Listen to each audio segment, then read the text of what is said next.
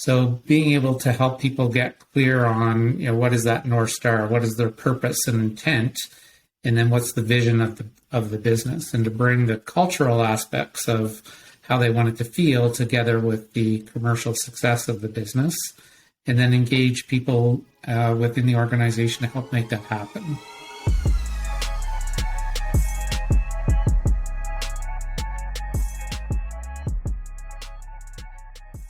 Thank you for listening to the Interesting People You Meet podcast. This podcast is sponsored by Newground Financial. Newground Financial is a full-service investment and insurance brokerage firm that specializes in employee benefit plans, corporate insurance, and retirement planning. Newground Financial serves the provinces of Nova Scotia, New Brunswick, PEI, Ontario, and Alberta. Find out more at newgroundfinancial.com. Thank you for liking, sharing, and commenting on the Interesting People You Meet podcast across all of your favorite listening platforms, including Apple Podcasts, Spotify, and YouTube. By doing so, you are ensuring that more great people just like you have the opportunity to hear from our guests. Thank you, and enjoy the show. Welcome to episode 22 of the Interesting People You Meet. Today, I am joined by my friend and guest, Nick Matheson. Nick Matheson is a business owner's advisor, and Nick works with business owners to help make their business work for them. With over 10 years of business coaching experience and 20 years as a health and wellness entrepreneur, Nick intimately understands the excitement and challenge of the ownership journey. Nick has effectively navigated internal succession with 2 of his own companies and has supported many leaders through similar transformational experiences and growth opportunities. All expressions of a varied career have been defined by the mission of maximizing well-being for those he has had the privilege to serve. This sense of purpose has brought him to New Ground, where we offer entrepreneur solutions for all phases of business growth and beyond, encouraging others to live the life that they want to create. The legacy they intend is his greatest leadership gift. As a nature lover, he enjoys as much time in the great outdoors as possible, and he's committed to supporting conservation efforts and sustainability investments.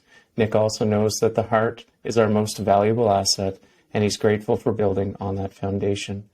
Most important is Nick's legacy in raising amazing children along with his wife, Lori. They make every day an invigorating learning experience and an inspiring imperative to keep growing.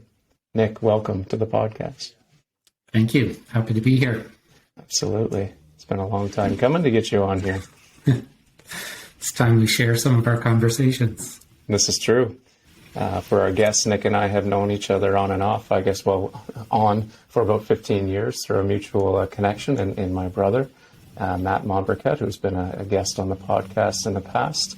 And Nick and I have recently connected back in the fall of 2022 and began some very interesting discussions, of which we'll probably get to here in this episode. But before we jump down that path, Nick, outside of your bio that I just shared, why don't you share with the audience a bit of your story, your business and personal story, and how you got here today? Well, the bio covers a lot of it. And I'm an entrepreneur, have been for 25 years, starting off in the health and wellness space. And did my training initially in healthcare and really started to love business once I hung up my shingle and started my own practice. A few challenges along the way, obviously in growing business, and wanted to learn more how to help others go on that journey, and went to do my MBA, started business coaching, which I've done for the last 12 years. Exited my businesses 4 years ago to 2 leaders that I had helped develop in my business. And that's brought me to New Ground, where I intend to continue helping business owners grow their businesses and manage the risks and rewards of the journey. Awesome. Cool. And so what does that New Ground look like for you? And one of the things that I've observed is in the business coaching space for entrepreneurs, there's a lot of focus, obviously, on growth. And entrepreneurs are pouring all of their energy and effort into that kind of creating that future. And oftentimes are not looking at what they need to do to manage other aspects of their life, their health, their relationships, their finances, and stay strong throughout that entire journey. And I believe that it's really the quality of our relationships that form the quality of our life, and like to help support people in prioritizing what's most important. Likewise, I think the financial industry has an opportunity to grow in understanding the entrepreneurial journey more and how to support various aspects of that life cycle. And that's why I'm most excited about the collaboration we're creating with Newground. Awesome. Absolutely. Well, I'm quite excited about that too. It's Newground has been a very interesting journey over the past 4 or 5 years, and when I created it and kind of built it into what it is today, and we'll go back to September when we connected, I think via the podcast, or at least that's perhaps why you reached out to have a conversation. Do you want to talk a little bit about how that conversation went and kind of where it's come to? Yeah, it really helped to shift my view of the industry in many ways.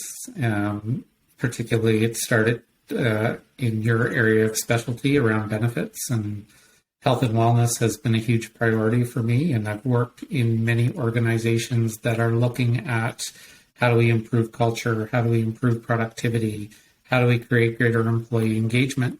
And part of what came out of our conversation is realizing the very tangible investment that employers can make in the well-being of their people in their organization, and really making sure that those benefits programs are working for the people that work for them, and supporting the mission of the company.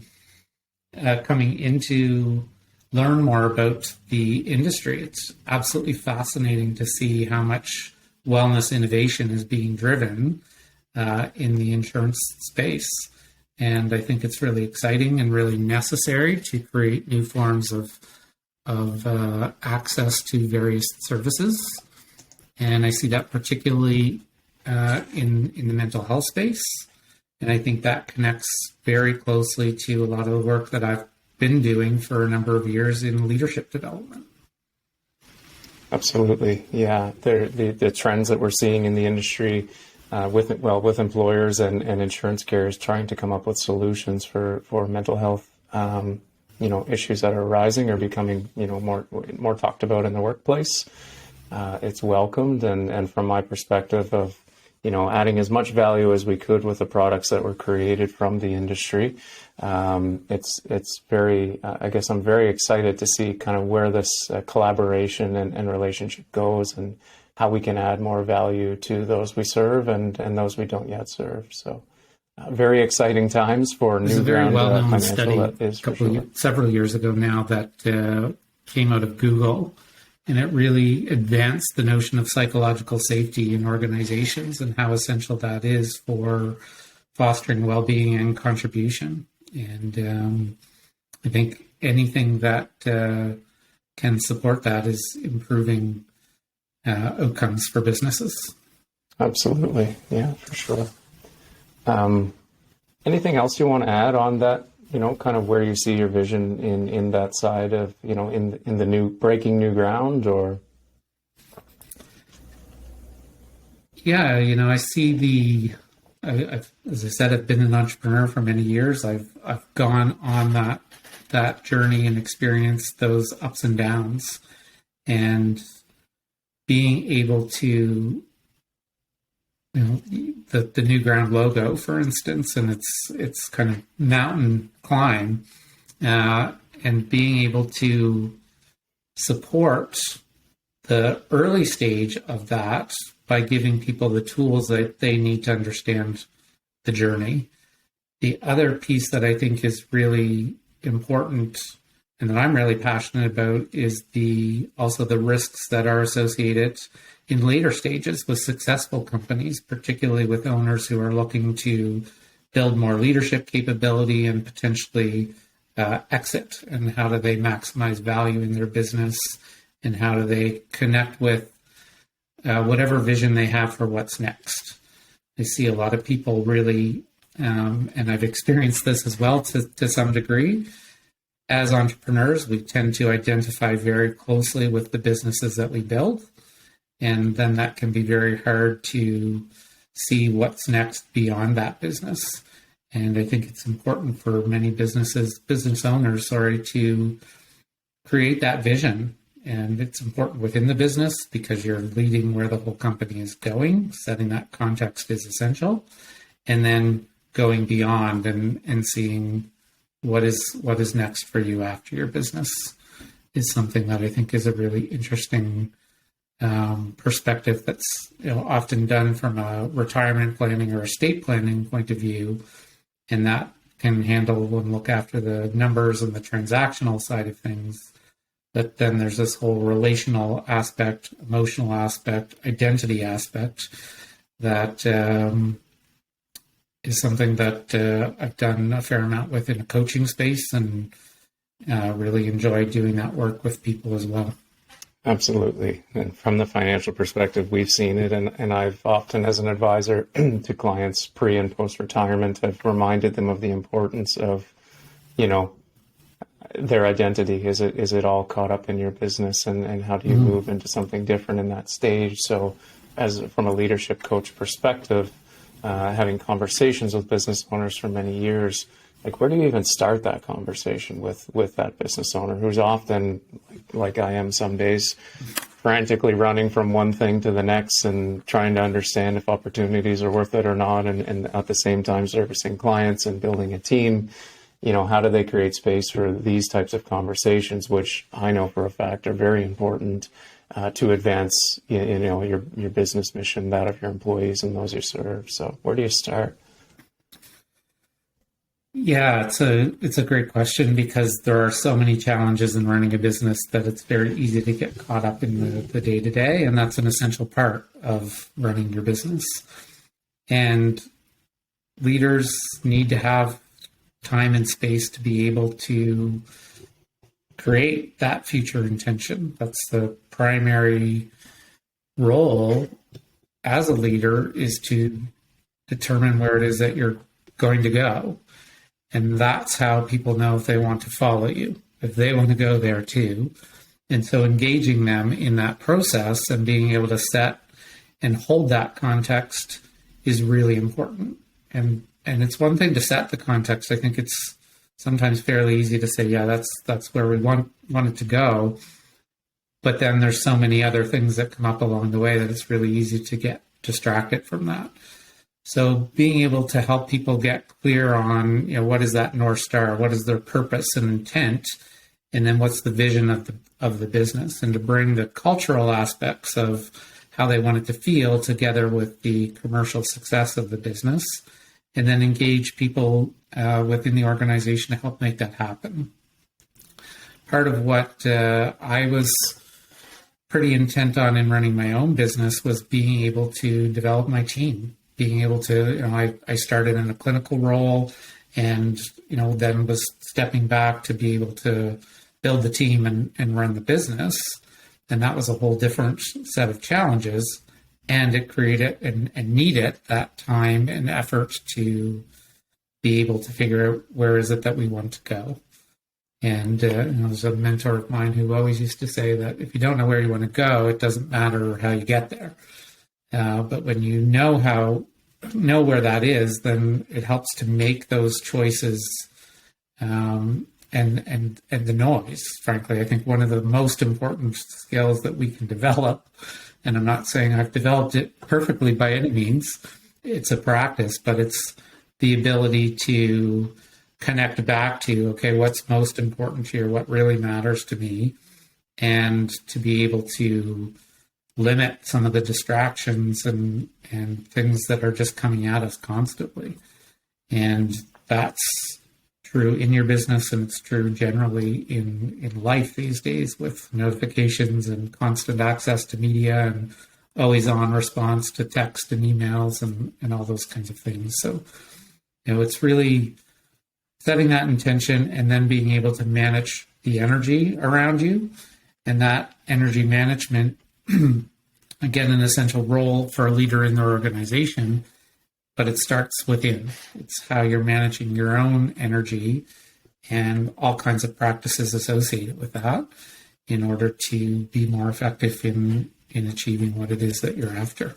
Mm-hmm. Interesting.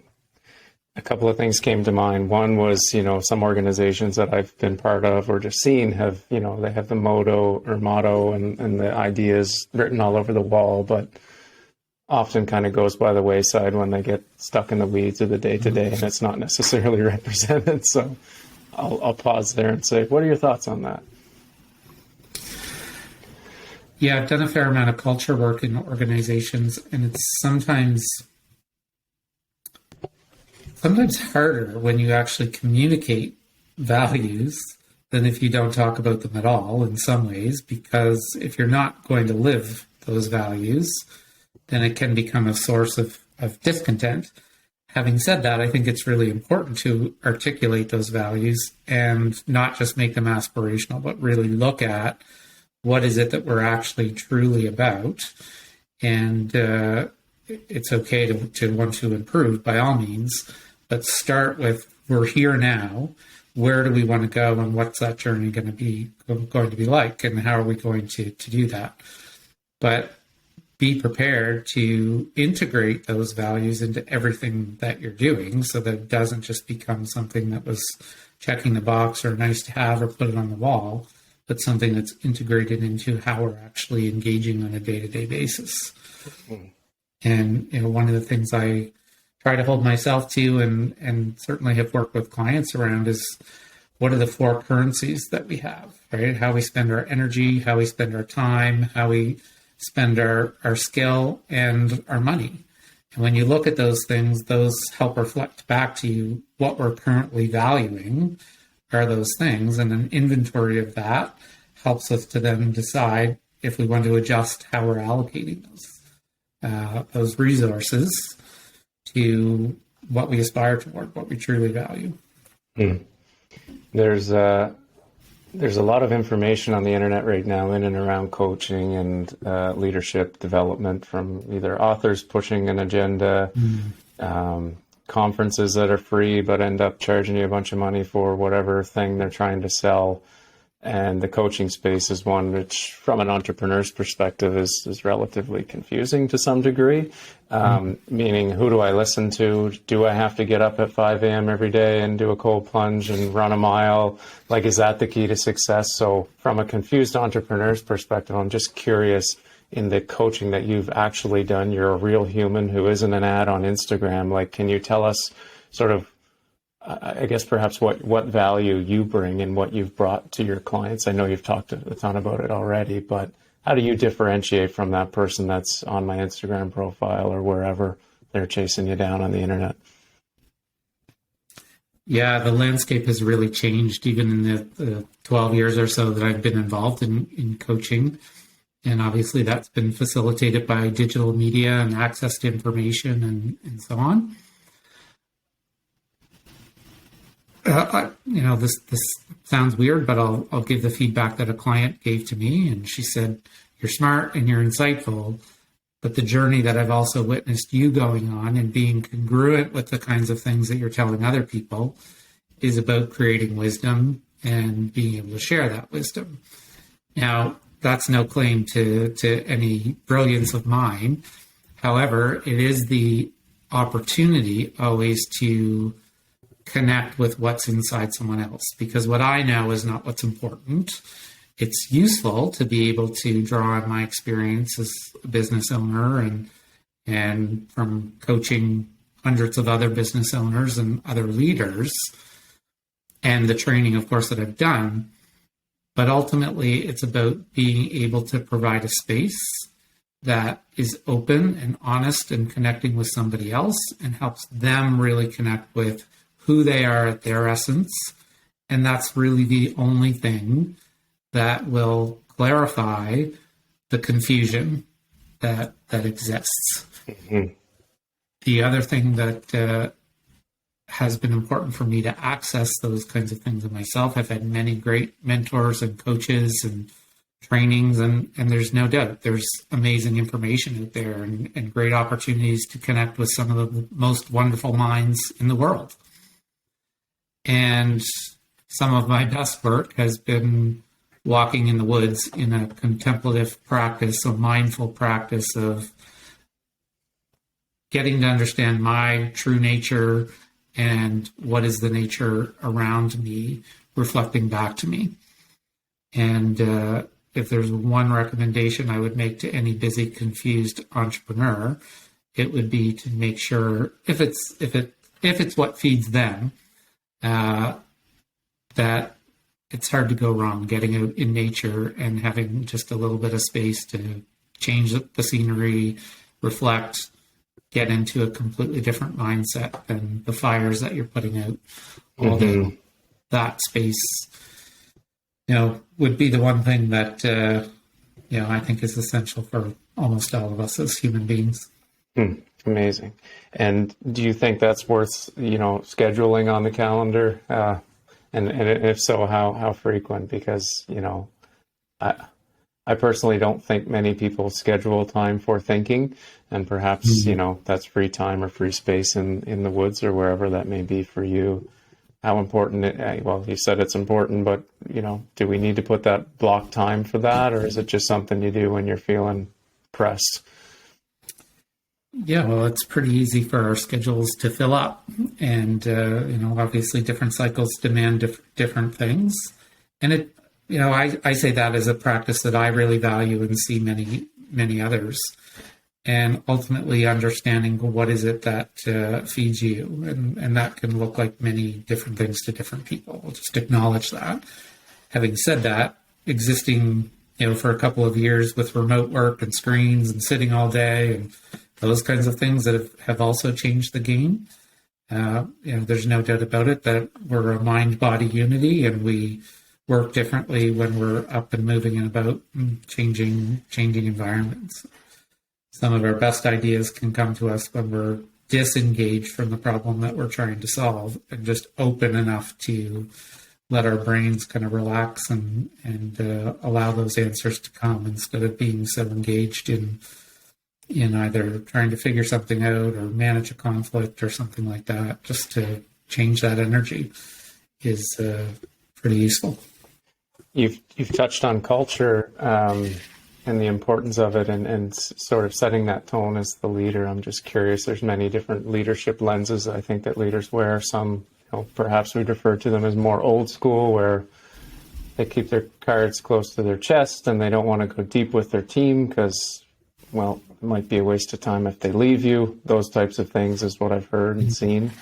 And it seems as though there's a transition going on. And sometimes from those old school leaders, I've literally heard them say, well, yeah, whatever, that doesn't work. So, do you have examples of some organizations that folks might be familiar with, or just even some stories in which actually doubling down on the, developing a culture and being a leader where you're engaged with your employees and get to know them better, some of those results that have come from that versus, going in, closing my door and not saying a word to anyone and leaving at the end of the day. And your employees are sitting there scratching their head, wondering where the hell they stand in the whole picture. Not to say I've been there before, but just curious. I think business is a bit of a microcosm of what's going on in our entire culture sometimes, and there's a lot of change, a lot of issues that have surfaced, particularly over the last couple of years, that are raising awareness, and part of that is a need for change. And people looking for more and more things. And one of the things that I've seen happen in workplaces is, in many ways, people are looking more to the workplace for a cultural experience. And, in the last couple of years, going remote and evolving into hybrid cultures and those kinds of things, there's lots of questions about how do we do that? How do we bring people back together? How do we stay connected? And lots of great stories coming out, too, around how strong a culture feels that it was able to even adapt through those kinds of things. In terms of leadership and openness,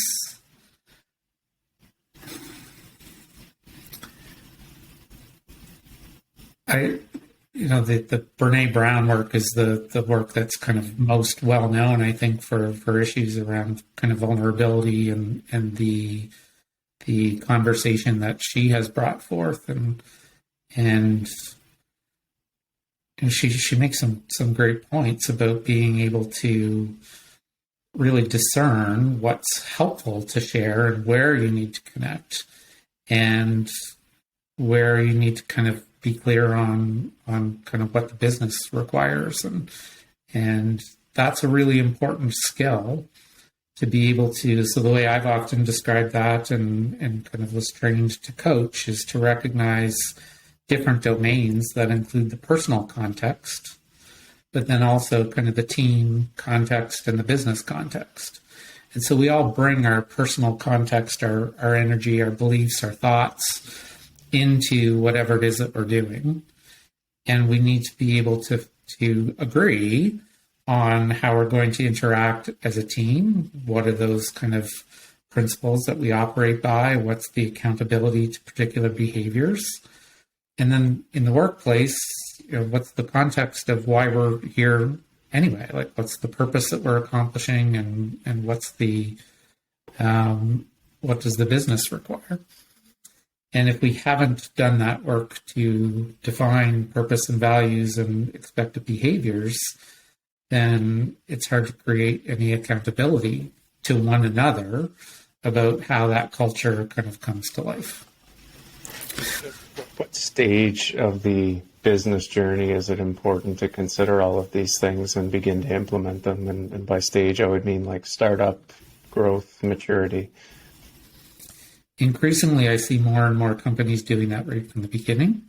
And I think that's fantastic because, again, it sets the direction. It sets that reference point around what matters and prepares people for the journey that they're going to go on in a way that those things can be really helpful to facilitate decision making. As I said, how do we kind of get through the noise? And certainly in the startup space, there's a ton of noise.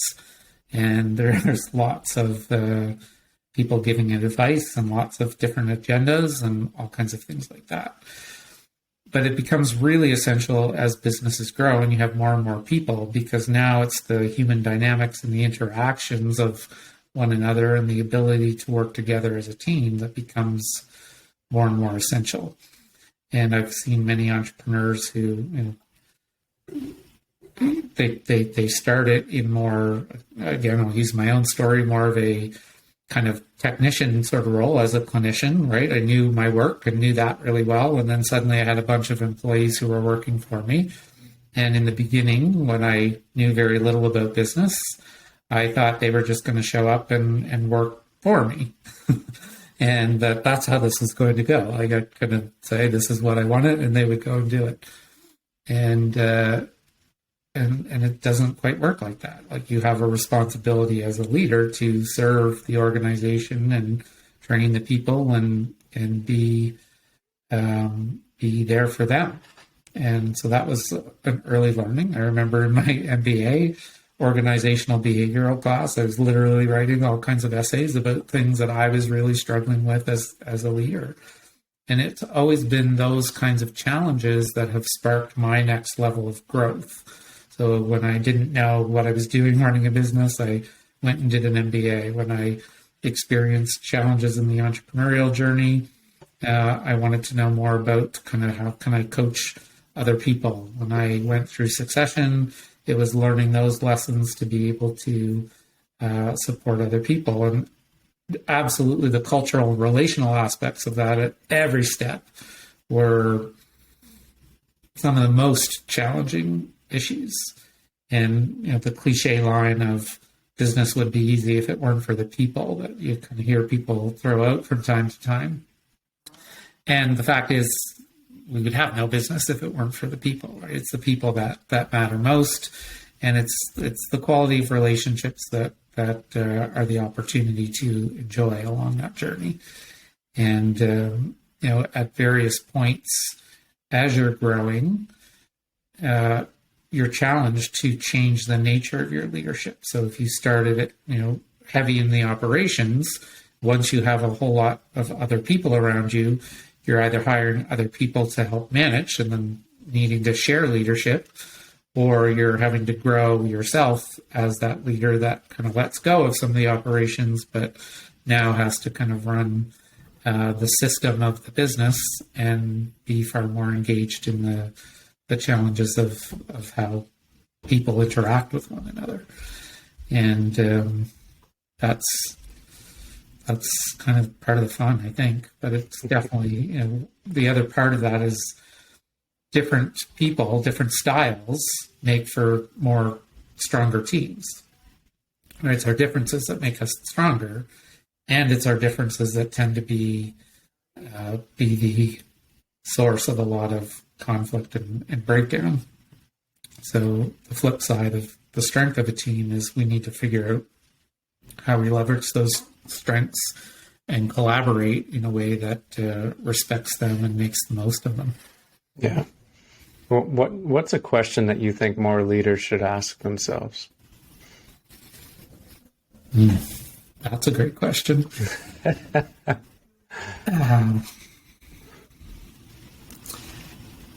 It's the why question. Like, what is this really all about?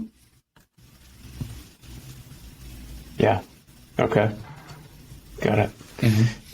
And in your experience in dealing with leaders, I'm sure, they ask you a bunch of questions. So is there a question that, your former clients, current clients, you wish they would ask you more often, or they haven't asked you at all?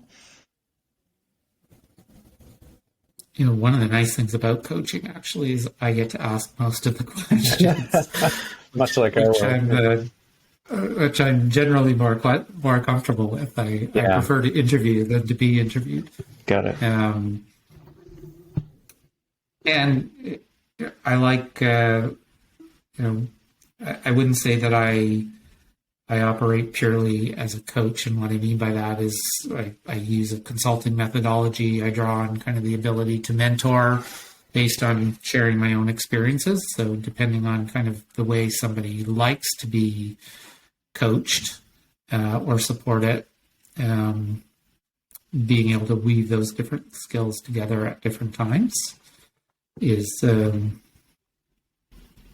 something that I really enjoy and that I think differentiates that a little bit and holds me accountable. Coaching is a powerful mirroring exercise as well, and it's there's probably there hasn't ever been a coaching session that I haven't walked away from having learned a lot about certainly the person that I'm working with, but also about myself, and it's a constant opportunity for growth. And one of the things that I love about it is I'm always challenged and always invited to grow myself as well. Mm-hmm. If you could wave a magic wand and change anything about the leadership and coaching industry, what would it be? And maybe second to that is, where do you see the industry going in the next 2 to 5 years?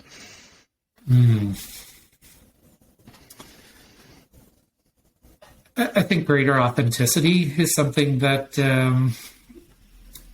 just real. There's a lot of over-promising, it feels like, in the Instagram world, in the social media space. Like, I'm going to transform everything for you in 3 days and 24 hours. Buy this program, and everything you're challenged with is going to go away.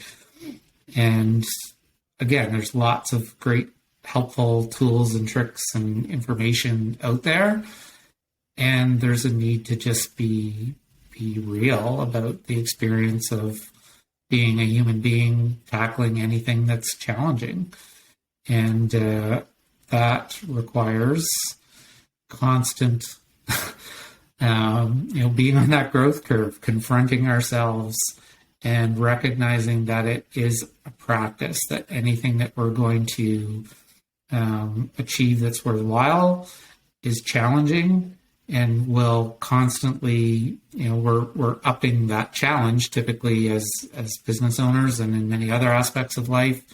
And so you're always going to be in a space of needing to grow yourself in order to accomplish the things that that you're trying to do in the world.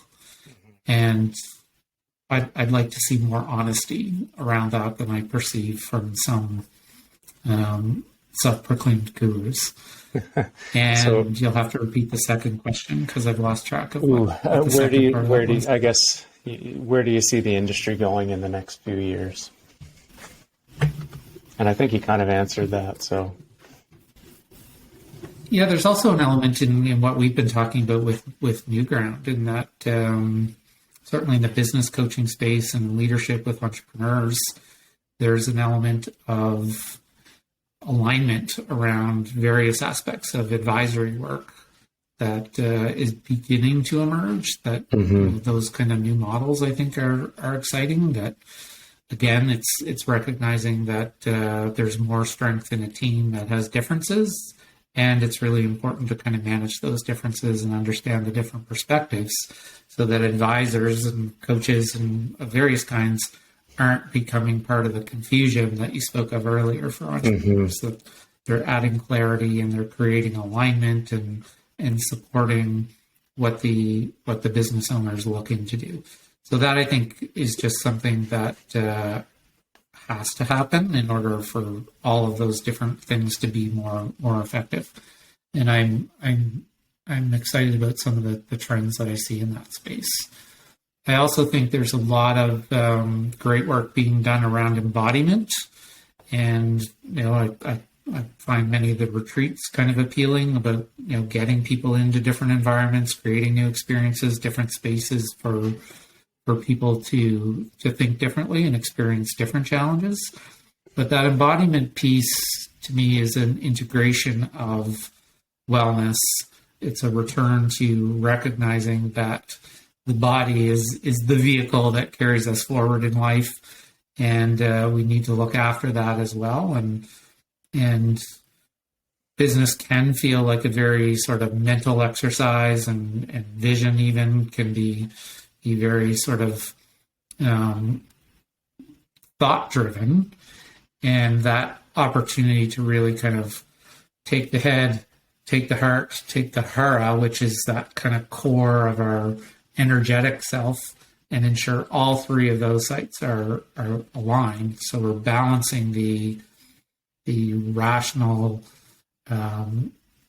thinking part of business with a more intuitive approach. And I think that's how many entrepreneurs operate, is just from gut instinct.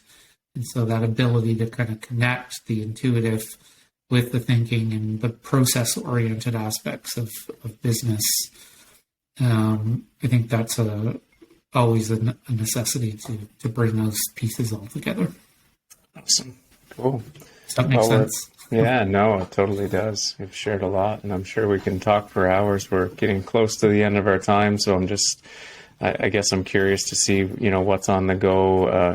What are your intentions here for the next 3 to 6 months, and what are you trying to accomplish? Yeah, it's really connecting more with business owners and helping them to figure out what they're doing to grow their businesses, to grow themselves, what that long-term view looks like. And a lot of that is around developing leadership capacity, both for themselves and for their teams, to strengthen kind of the value of their business. And very excited about New Ground and how we're collaborating to bring that growth aspect of business together with the financial side of helping to improve the employee experience, and making sure, as I said earlier, that entrepreneur is supported with the solutions that they need to manage the risks and rewards of the journey. And I look forward to how we're going to collaborate in creating that model and to growing that model, so that we're doing more aligned work with other advisors and with many more business owners. Absolutely. Me too. And I'm holding back my excitement because this is about you, not me. So lots of very fun, interesting things to come here in the next couple of weeks, months, and years. So really look forward to continuing to find ways to collaborate. And I appreciate you joining me here on the podcast, and hopefully we'll have the opportunity to interview some other influential folks in our network here in the next couple of months and years together. Nick, if anyone wants to reach out to you to enlist your services or open up a conversation, where's the best place for them to find you? Probably easiest to find me on LinkedIn. Okay. But Awesome. I'm on Facebook and social media and that kind of stuff too. Pretty easy to find. Perfect. Well, thank you for joining us for episode number 22 of The Interesting People You Meet, and our special guest, Nick Matheson. Thank you for sharing your leadership insights and, as I say, holding back the excitement, but really looking forward to seeing what we're going to accomplish here in the next short while. So thanks for tuning in, everyone. Thanks for having me.